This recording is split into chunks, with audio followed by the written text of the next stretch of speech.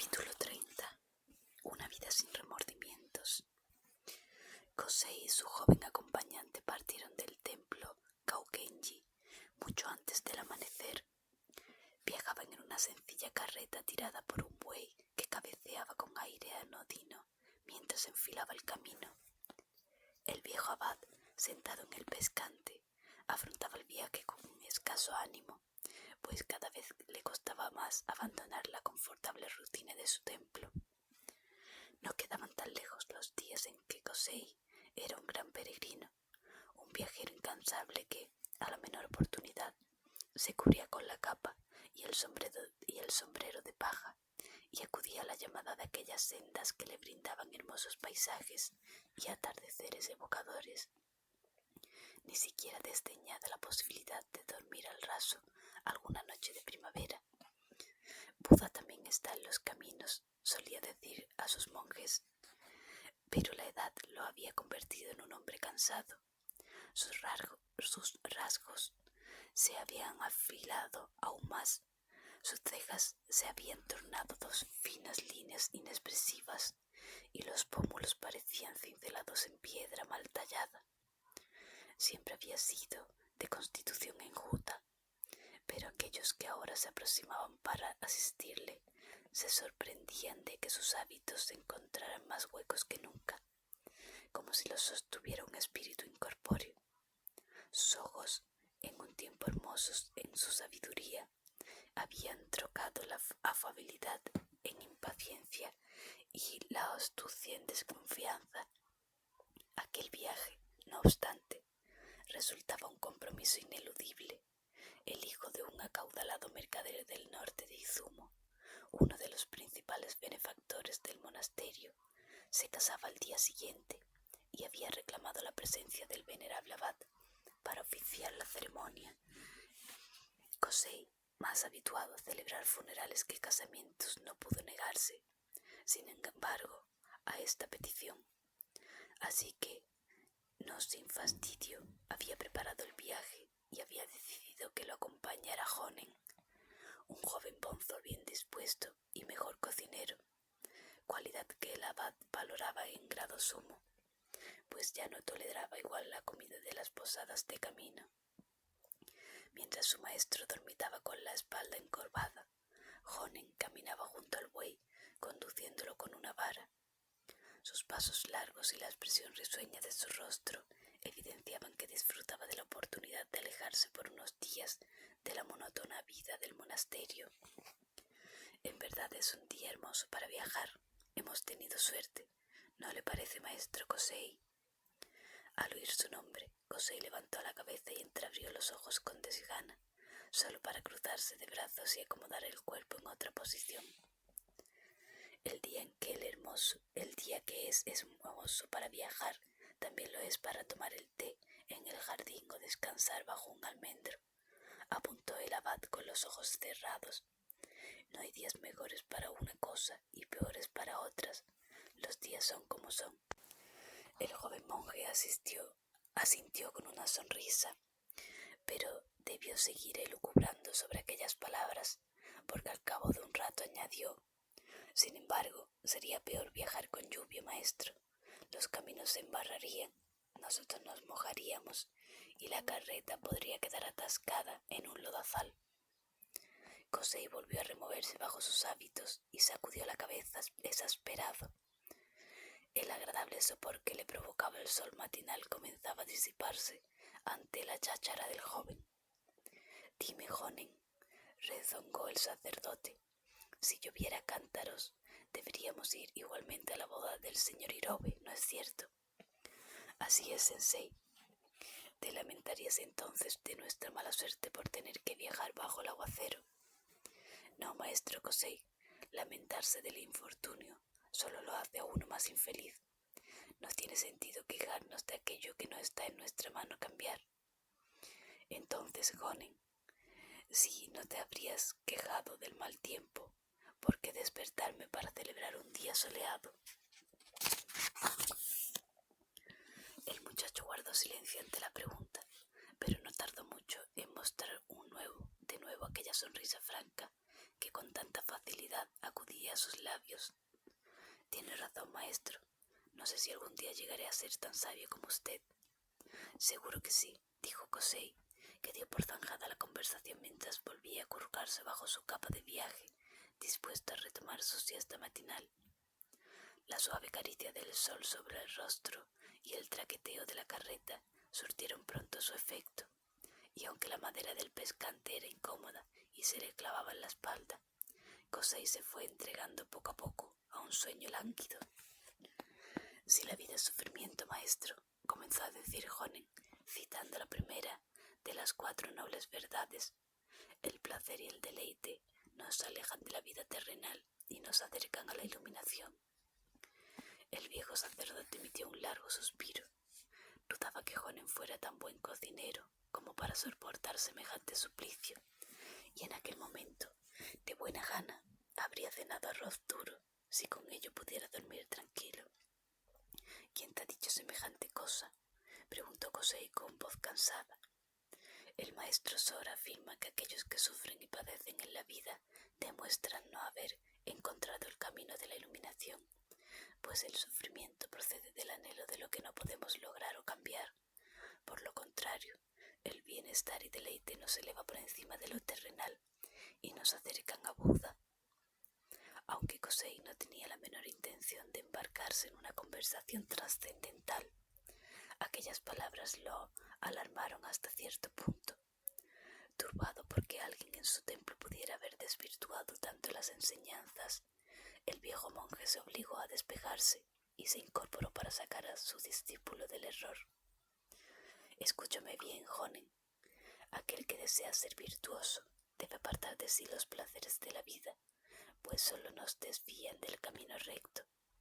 Para alcanzar la iluminación debemos aspirar a la ausencia de anhelos, no a satisfacer los mismos. El que busca la felicidad en distracciones y deleites mundanos, a la larga tan solo consigue sentirse más perdido e insatisfecho. Cuando nada ansíes, nada necesitarás y no al revés». «Perdón, maestro, debí interpretar mal las palabras de Sora Sensei». Pero Kosei sabía que el muchacho no era culpable de su error. Muchos de los sacerdotes del Gakuen-ji se habían entregado con fervor a la prosperidad que el templo disfrutaba desde que él decidiera dar cobijo, una lejana noche de otoño, a una partida de samuráis del clan Sugawara. La providencia quiso que aquella incursión terminara derrocando a Akiyama Ikeda, y aunque Kosei no se enorgullecía de ello, su arriesgada maniobra había posicionado al Gakuen-ji como el principal templo de la provincia, asegurando el futuro de su comunidad bajo el auspicio de los nuevos señores de Izumo. El resto de la jornada transcurrió con absoluta tranquilidad. Recorrieron las rutas comerciales que atravesaban extensos pinares y campos de suzukis, barridos por el viento. Al atardecer, cuando cruzaban una pequeña meseta desde la que se veía la costa escarpada, encontraron a orillas del camino un pequeño Buda de piedra, y Honen pidió permiso para detener la carreta y orar durante la puesta de sol. Kosei no pudo desoír la petición del muchacho, aunque comenzaba a impacientarse, pues veía cómo anochecía y no parecía haber posadas ni albergues en las inmediaciones. Efectivamente, en las horas siguientes no avistaron viajero o casa de posta alguna, y, ya de noche, cerrada cuando se internaron en un bosque de cañas de bambú, la humedad espesaba el aire y una neblina huidiza cubría la senda frente a ellos. «Estoy agotado, Honen», anunció el viejo sacerdote. «Me temo que deberemos pasar la noche al raso». «Aguanta un poco, maestro. Más adelante la vereda se eleva y quizás desde el repecho podamos ver alguna cabaña de campesinos o leñadores. Si no es así, buscaremos un lugar donde parar». Kosei refunfuñó ante la perspectiva de continuar sentado en aquella carreta quejumbrosa un solo instante más. Pero el juicio del joven bonzo fue acertado, pues la providencia quiso que desde la elevación del camino, en un claro fácilmente accesible, se divisara una casucha aparentemente vacía, ya que no había luz en su interior ni humo que emanara de su chimenea.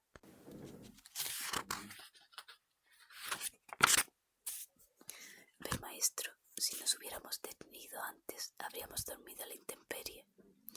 El anciano asintió en silencio, pero por algún motivo era reacio a mostrarse tan aliviado como su acompañante. Cuando llegaron al claro, pudieron comprobar que la cabaña se encontraba cerrada a cal y canto, si bien su aspecto no era el de un lugar abandonado, pues los tablones de madera estaban rectos y bien cuidados. La paja de la techumbre aparecía intacta y el suelo de la entrada se había barrido recientemente. Una riestra de pimientos se secaba en el pequeño cobertizo que precedía a la puerta. Jonen se aproximó a la casa y al subir a la tarima apartó un pequeño fuda de papel que giraba agitado por la brisa nocturna. El monje golpeó 3 veces la puerta con la mano abierta, pero nadie respondió. Al cabo de un instante se volvió hacia su maestro y se encogió de hombros. «Puede que los inquilinos estén de viaje», conjeturó Kosei, «o que pasen la noche de caza en la montaña». «Permítame insistir una vez más», solicitó Jonen, que volvió a llamar. Tampoco obtuvo respuesta, pero en esta ocasión creyó percibir un lamento ahogado procedente del interior. «¿Ha oído eso?» «No he escuchado nada, pero mis oídos ya no son los que de un joven». «Alguien se esconde dentro», murmuró el muchacho. «Si eso es cierto, es evidente que no quiere recibirnos. No podemos forzar su hospitalidad». «No es correcto negar alojamiento a un viajero cansado», protestó Jonen con el ceño fruncido, y tras volverse de nuevo hacia la entrada, golpeó la madera con más fuerza y a voz en grito exclamó: «Somos monjes del Gakuenji. El abad Kosei viaja conmigo. Os rogamos la hospitalidad». Los 2 viajeros aguardaron con paciencia hasta que, con un leve crujido, la puerta se entreabrió. Asomó un rostro áspero de un campesino, pero al no haber lámparas en el interior, sus facciones apenas se intuían bajo la escasa luz que arrojaba el farolillo de la carretera. «Buenas noches», saludó Jonen con cordialidad. «Hemos viajado durante todo el día y agradeceríamos pasar la noche bajo techo». El campesino miró brevemente al interior de su casa en lo que parecía ser una silenciosa consulta y acto seguido sintió con un suspiro. «Pasen. Perdonen que hayamos tardado tanto en abrir», se disculpó el hombre. El bonzo agradeció la respuesta con una inclinación y se encaminó hacia la carreta. Ayudó al viejo sacerdote a descender y tomó una linterna para iluminarse. «Gracias por acogernos», saludó Kosei. «A mi edad se hace difícil conciliar el sueño sin un techo sobre la cabeza». Con varias inclinaciones de disculpa ante el venerable abad, el hombre abrió la puerta de par en par. Jonen fue el primero en entrar con la lámpara en ristre, y cuando la luz del aceite iluminó el interior, pudo comprobar que en la oscuridad de la cabaña se refugiaba una niña de apenas 8 años, una mujer adulta, probablemente la esposa del anfitrión, y una vieja que se sentaba con expresión ausente en un rincón. La anciana, con los cabellos despeinados sobre el rostro, se balanceaba levemente hacia adelante y hacia atrás, musitando una sorda retahíla de oraciones que nadie podía entender. La estancia carecía de tatami y olía a cerrado, y el hogar, excavado en el suelo de tierra, se hallaba frío como si no hubiera encendido en días. Jonen, que en un principio creyó que aquellos campesinos ya descansaban cuando ellos habían irrumpido la noche, se percató de que en realidad no reposaban, se escondían. El viejo Kosei entró tras él y tampoco tardó en percibir la normalidad de la situación. «¿Qué sucede aquí?», exigió saber el abad. «¿Por qué mantenéis el fuego apagado en una noche fría? ¿Es que acaso no tenéis piedad de tu hija y de tu madre?» «Lo siento, señor. Hace varias noches que no encendemos el hogar», se disculpó el campesino. «Tampoco salimos de la casa una vez se pone el sol». «¿Qué teméis? ¿Acaso hay bandas por los alrededores?» Y el hombre y su esposa se miraron de soslayo. «Podemos encender el fuego para ustedes». os lo agradeceríamos, asintió Kosei. Pero apenas tenemos comida, solo podemos ofreceros cachas de arroz. El viejo bonzo rehusó con un gesto de la mano. Con que nos ofrezcas el calor de tu hogar es suficiente. Sabemos de las dificultades de estas fechas. ¿Dónde tenéis la leña? Detrás de la cabaña hay madera cortada, indicó el campesino. Jonen, recoge leña y encárgate de preparar el fuego. Trae también arroz y rábanos encurtidos de nuestra carreta, boniatos para asar y zanahorias y cebollas para preparar un estofado.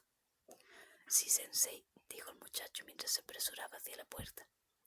Trae también unos cuantos pastelillos de harina de arroz para la pequeña y su abuela. Por supuesto, maestro Kosei. Una vez el joven bonzo hubo partido, el abad procedió a presentarse. Como habéis podido escuchar, mi nombre es Kosei y el joven con aspecto distraído es Jonen, locuaz, pero buen muchacho y mejor cocinero. Mi nombre es Ryuzo y mi esposa es Kinu. La mujer saludó con una respetuosa reverencia. Nuestra hija es Fumiye-chan y esa es la abuela Tae.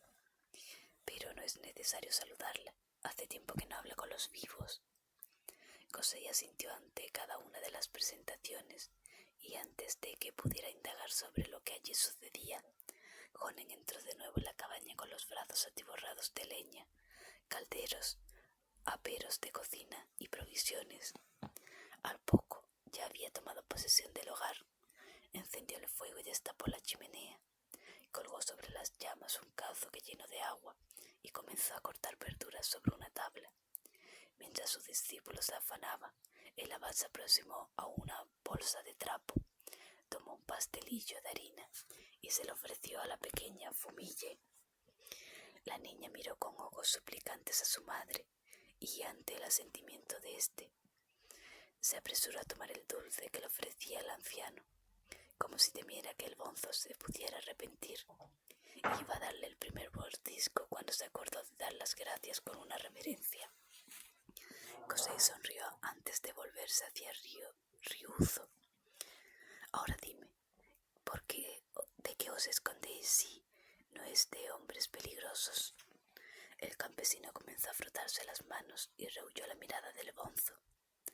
Deberíamos cenar con tranquilidad y conversar sobre cosas agradables.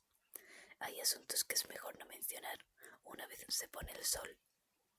El hombre hablaba con el fuerte acento característico de las zonas más aisladas de Izumo, regiones ignorantes en su superstición. No debes temer de nada. Mientras yo esté aquí, lo tranquilizó Kosei. Quizás el abad pueda ayudarnos, intervino la mujer. No podemos estar así mucho tiempo más. No debemos molestar a los bonzos con nuestros problemas. Ryuzo, lo interrumpió el sacerdote. Comparte conmigo lo que os aflige.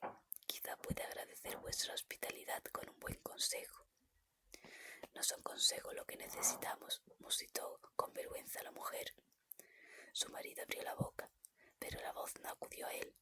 Había comenzado a sudar ostensiblemente, pese a que la cabaña aún no se había caldeado.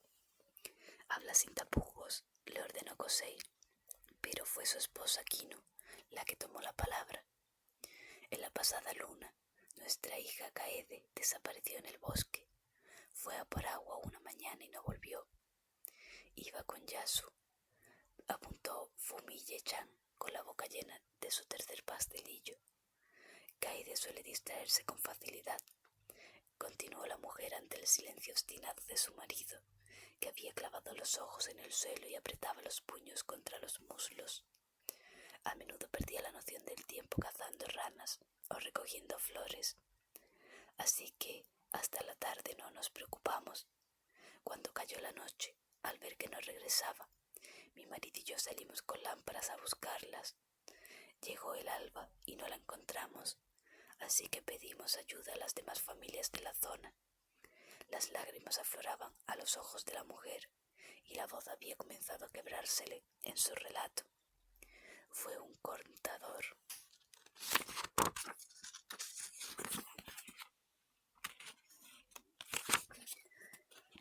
cortador de bambú, quien la encontró al día siguiente. Había caído por una quebrada y se había roto las piernas. Murió sola entre las rocas, aterida de frío y con las lágrimas convertidas en escarcha sobre las mejillas. La mujer rompió en un sollozo lastimero que conmovió a ambos monjes. Pero ese no es el motivo para recluirse del mundo, apuntó Kosei, e incorporó a la mujer, tomándola suavemente por el brazo. Perder a una hija es muy doloroso, pero todo en tan terribles circunstancias. Debéis guardar luto, pero también debéis pensar en el bienestar de vuestra otra pequeña. La historia no acaba ahí, lo interrumpió Ryuzo, quien por fin había encontrado la voz. La noche después del funeral, el espíritu de Kaede comenzó a manifestarse. Honen levantó la cabeza del caldero y con una mirada espantada buscó los ojos de su maestro. Este negó suavemente, con el ceño fruncido. ¿Cómo es posible eso? Desde entonces, en las noches frías, el espíritu de Kaede se aproxima hasta la casa y araña la puerta para que la dejemos entrar. Nos atormenta por haberla abandonado en su momento de mayor necesidad. Kosei se compadeció de aquella familia que imaginaba fantasmas para castigarse. No había allí más espíritu que exorcizar que el sentimiento de culpabilidad que cargaban en sus corazones. Decidme, ¿fuisteis alguna vez crueles o injustos con Kaede cuando vivía entre vosotros? Ryuzo y Kinu negaron al unísono. ¿La cargabais con excesivas tareas o abusabais de algún modo de la obediencia de una hija debe a sus padres? No, siempre fue una niña alegre. Entonces no hay motivos para que su espíritu retorne con pertinencia. Les tranquilizó el monje. El dolor que soportáis ya es suficiente como para que ahondéis más en él con crueles ilusiones. Dejad que el tiempo calme vuestros corazones y recordadla con amor. Los padres se abrazaron y comenzaron a llorar. La pequeña Fumiya al verlos se acercó y también los abrazó con las mejillas llenas de harina de arroz. Y la abuela Tae continuó perdida en su silencioso mantra. La cena fue callada, pero se respiraba cierta paz que no existía en la casa antes de que llegaran los monjes. Fumiya-chan fue la única que comió a su antojo, mientras que los adultos eran de apetito más comedido. Cuando hubieron concluido la postrera taza de té, el matrimonio dio las buenas noches a sus invitados y se retiraron a un rincón de la cabaña a dormir, no sin antes arropar a la pequeña que se frotaba la barriga satisfecha. Kosei y Honen permanecieron sentados junto a los rescoldos, apurando una última taza.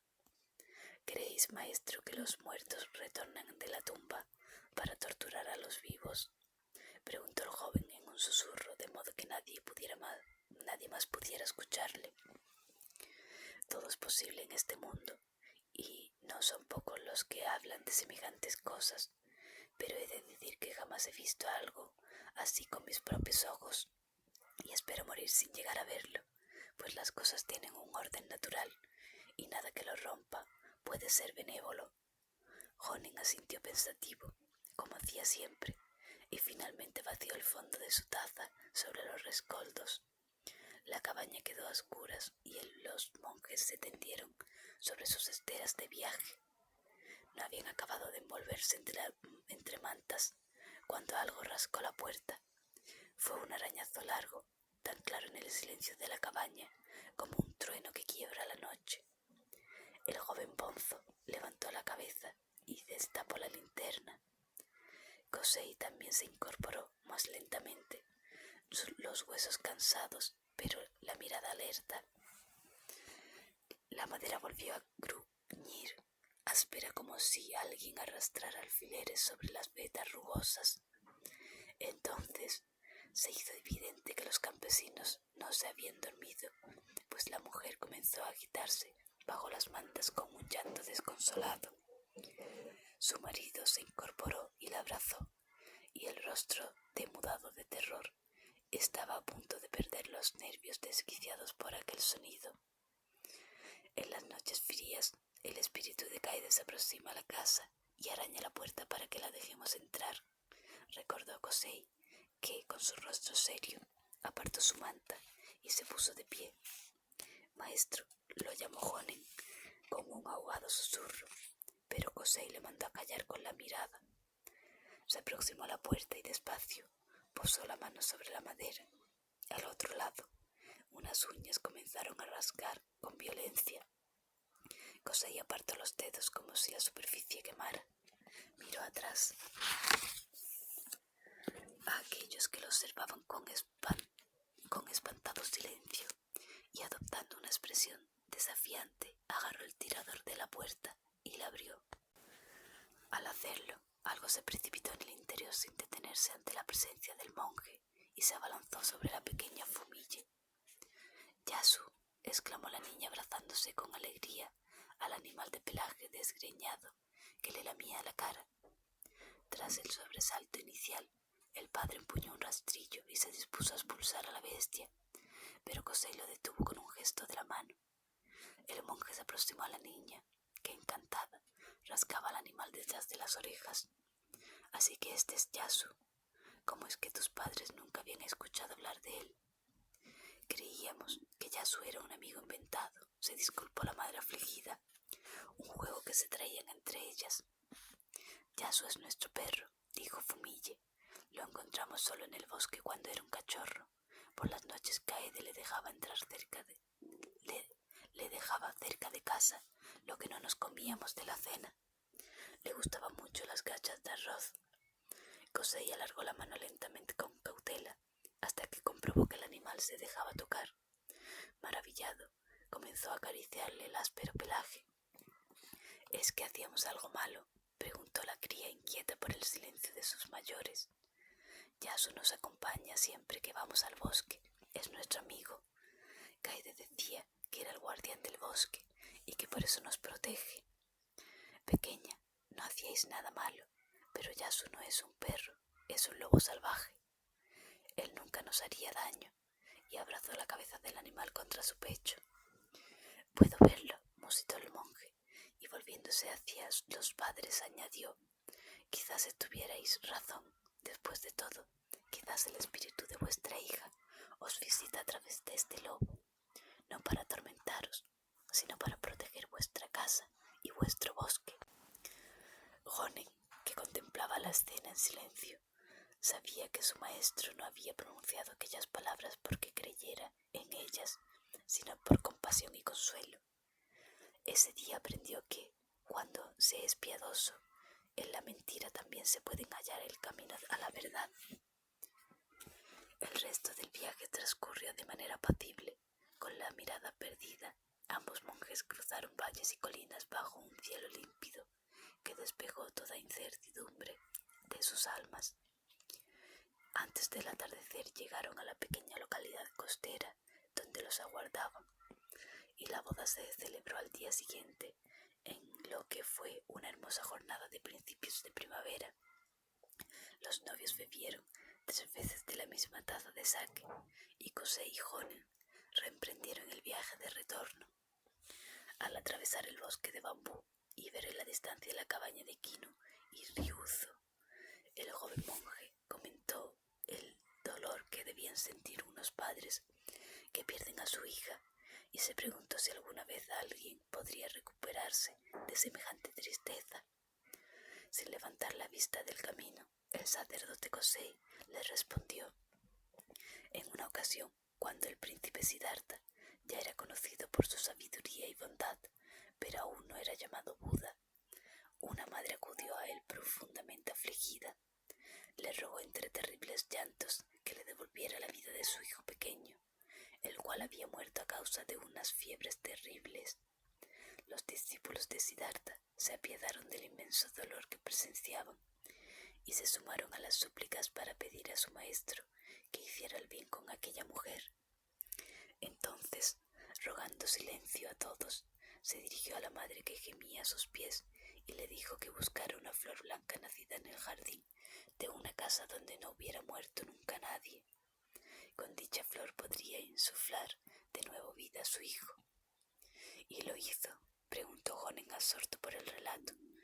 La mujer recorrió todas y cada una de las casas de la región en busca de la flor, pero fue en vano. Entonces, en su desesperación, buscó también en las regiones circundantes. Atravesó bosques y montañas. Preguntó en las moradas de campesinos, cazadores y leñadores. Cruzó ríos y recorrió la costa hablando con pescadores, mercaderes y artesanos. Pero no encontró familia donde no hubiera fallecido alguno de sus miembros, por lo que no pudo llevar al príncipe la flor que le había pedido. ¿Por qué cometería el Buda semejante crueldad? ¿No lo ves, Honen? En cada caso se ha sufrido el dolor de haber perdido a un ser querido, sea hijo, padre o hermano.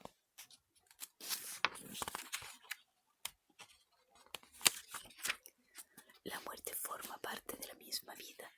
Por ello las personas debemos aprender a dejar partir a los que mueren, con serenidad y resignación, sin remordimiento ni reproches, pues la muerte era una parte de su vida.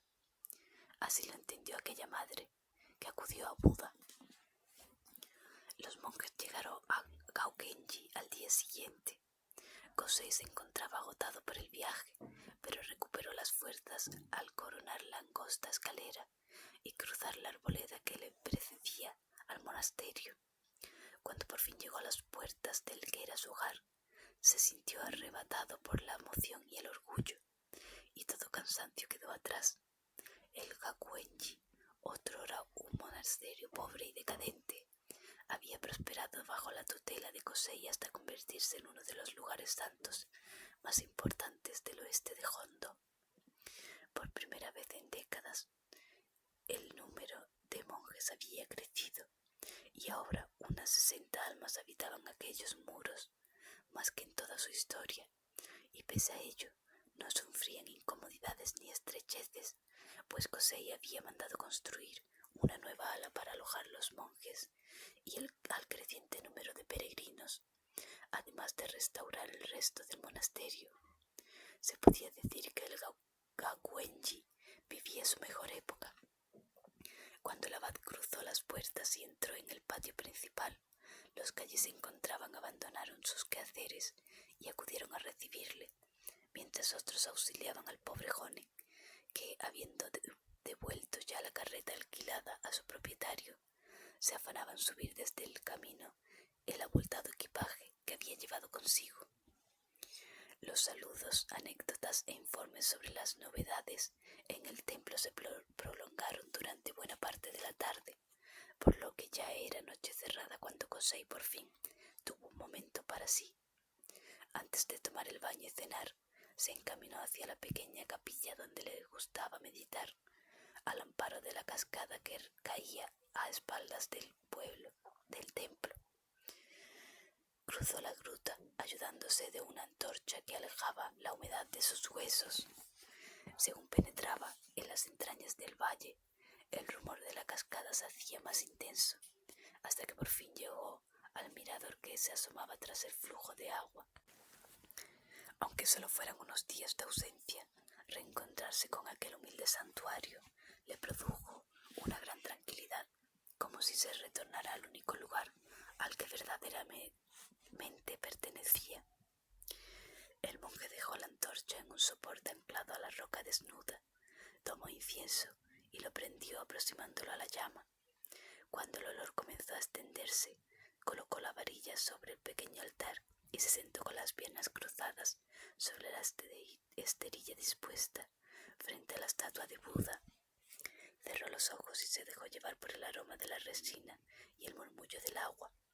Aquella capilla era su refugio, el lugar al que se retiraba a orar incluso cuando estaba lejos de allí, evocándolo en su mente hasta que todo lo demás desaparecía. Tras un largo viaje, el ser recibido con alegría por los nuestros reconforta más que cualquier fuego. ¿No es cierto, sacerdote Kosei? Las palabras pronunciadas a su espalda sobresaltaron al monje, que abrió los ojos alarmado. No se volvió de inmediato, sino que tragó saliva y murmuró una breve oración para alejar a los malos espíritus. Solo entonces se obligó a mirar atrás para descubrir el rostro de un desconocido oculto entre las penumbras de la capilla. Probablemente había estado allí desde el principio. Vestía gastadas ropas de viaje y tenía las facciones cubiertas por una barba de muchos días, mal recortada y desaseada, como el pelo desaliñado que se recogía en un moño sobre la cabeza. —¿Quién eres? —murmuró el sacerdote. —¿Acaso no eres capaz de ver a través de los años? Kosei estudió los rasgos del intruso, pero se perdió en sus ojos, aquellos ojos profundos como la noche. —Seizo Ikeda —dijo por fin el bonzo, y pronunció el nombre con la solemnidad de una sentencia de muerte. —Al menos no has olvidado el nombre de mi casa. —Sé a qué has venido. —¿Cómo no podría ser de otro modo? —repuso Seizo. No me arrepiento de nada. Hice lo mejor para que mi templo prosperara. Sé que no hay arrepentimiento en ti, ni he venido a buscarlo. Has vivido una vida sin remordimientos, pero no por ello has sido libre, ¿verdad? Kosei asintió lentamente, apurando las últimas palabras del samurái como gotas de veneno. Desde aquella noche no he vuelto a dormir tranquilo, reconoció. Y si no era culpa lo que te atormentaba, que te rondaba el sueño, venerable anciano. El bonzo permaneció en silencio sin articular palabra ni mudar la expresión. Yo te lo diré, prosiguió el joven samurái, era el miedo a la espada de Kenzaburo Arima.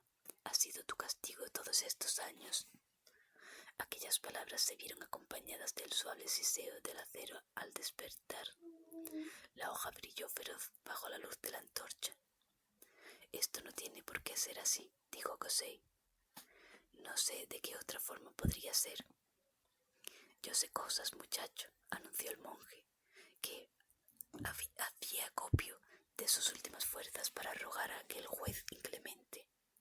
En este mismo lugar, con el agua de la cascada salpicándonos, tuve oportunidad de asistir al encuentro secreto que mantuvieron Mitsurugi Takeuchi, el general que comandó el asalto contra el castillo de tu padre, y un hombre cubierto con la máscara de un demonio. No pude ver su rostro, pero hablaba con acento de higa.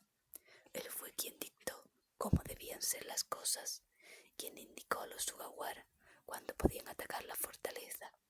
Sin la intención de este hombre, tus enemigos jamás habrían acabado con tu casa, pero no se comportaba como un sirviente, sino que era él quien daba las órdenes.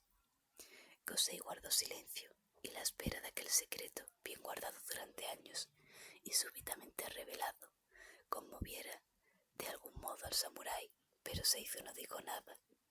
Si me matas, tendrás una venganza fútil y nunca descubrirás quiénes fueron los verdaderos artífices de la caída de tu familia. Si me dejas vivir, sin embargo, tendré la oportunidad de subsanar de algún modo el daño que te hice. Descubriré quién era el hombre tras la máscara. Es una información que bien vale tu perdón. Nada vale tanto, dijo Seizo, y avanzó hacia Kosei con la espada orientada hacia el suelo. El viejo bonzo se sintió repentinamente cansado y sus hombros cayeron derrotados, como si la vida hubiera comenzado ya a abandonarle, pero sostuvo la mirada de su verdugo mientras la muerte le daba alcance. Date la vuelta, Kosei, y arrodíllate frente a Buda. Te daré la oportunidad de buscar en sus ojos la clemencia que no encontrarás en los míos. El venerable abad así lo hizo, con las lágrimas corriendo por su rostro. Se sentó frente a Buda, como si fuera a pronunciar una última oración, y buscó compasión en los ojos del santo, pero éste no le devolvieron la mirada.